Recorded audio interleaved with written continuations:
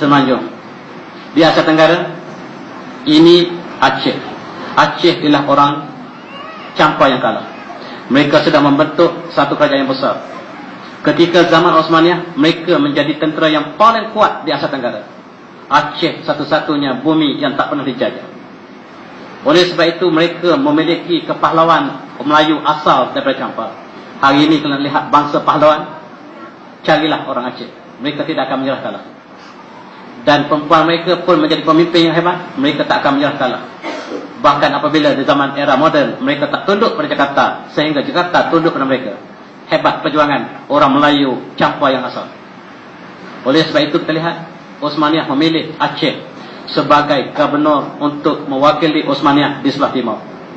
Bendera yang digunakan oleh Aceh ialah bendera Osmaniyah, yakni bulan bintang yang warna merah putih, itulah warna Osmaniyah. Melaka juga dijadikan sebagai hub yang kedua. Utama ialah Aceh. Melaka ketika Sultan Mansur Shah dilantik untuk menjadi gubernur yang kedua. Dan mereka juga bersama-sama untuk membantu Osmaniyah. Dan rupa-rupanya alam Melayu ini ialah sebahagian daripada Osmaniyah. Dan pusat sebelah timur pula ialah di Amanillah, yang terletak di Filipina sekarang, yang kemudian bumi ini telah dimurtadkan oleh Spanyol, kemudian dimurtadkan lagi oleh Amerika, sekarang telah menjadi Manila. Ya Amanillah telah betulkan menjadi Manila. Sebuah simbol kerajaan Islam yang terbesar di timur telah menjadi bandar murtad 100%. Sayang, itulah sejarah yang malang orang Melayu. Kita sentiasa mencipta sejarah yang malang, dulu, kini dan selama-lamanya barangkali. Kita lihat ketika Osmaniyah memerintah di Istanbul, ini ialah Museum Melaka. Sebenarnya bukan ini yang Istana Melaka. Istana Melaka bukan pada kayu. Mengikut Portugis, Istana Melaka ialah di antara istana yang terbesar di dunia ketika itu, yang mengalahkan istana di Portugal. Portugal itu asalnya Andalusia, yang namanya Portugal. Portugal maksudnya limau, oranges, yang sudah menjadi Portugal sekarang. Kita lihat nama-nama di Spanyol, masih lagi kebanyakan nama Islam.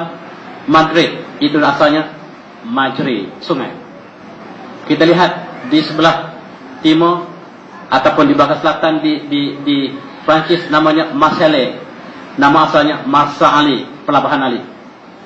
Oleh sebab itu Malacca, tadi kita sebut Malaga, Malacca, Lisbon, dan nama-nama yang ada di Spanyol masih kita boleh trace dalam bahasa Arab, menunjukkan sejarah yang gemilang. Islam bertapak di situ 700 tahun dan membina Eropah daripada zaman kegelapan menjadi satu zaman era yang agung. Dan inilah bendera Osmaniyah. Di sebelah kiri ini yang masih menjadi bendera Turki ialah bendera Osmaniyah, yang simbol kepada kerajaan Islam yang terbesar ketika itu. Dan bendera Aceh ialah bendera yang sama, cuma diletakkan pedang. Bendera Melaka masih sama seperti bendera Turki sekarang. Melaka ketika Sultan Melaka masih menggunakan bendera yang sama.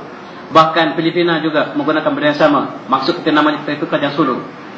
Dan di Maluku, Al-Muluk, nama sekarang Maluku, juga kerajaan Islam yang menggunakan bendera yang sama. Maksudnya kita adalah Osmaniyah. Tetapi tidak pernah ada satu buku pun di negara kita yang tulis bahawa negara kita berada di bawah Osmaniyah, kecuali dengan rendah dirinya buku saya yang bertajuk Turki dan ada di belakang.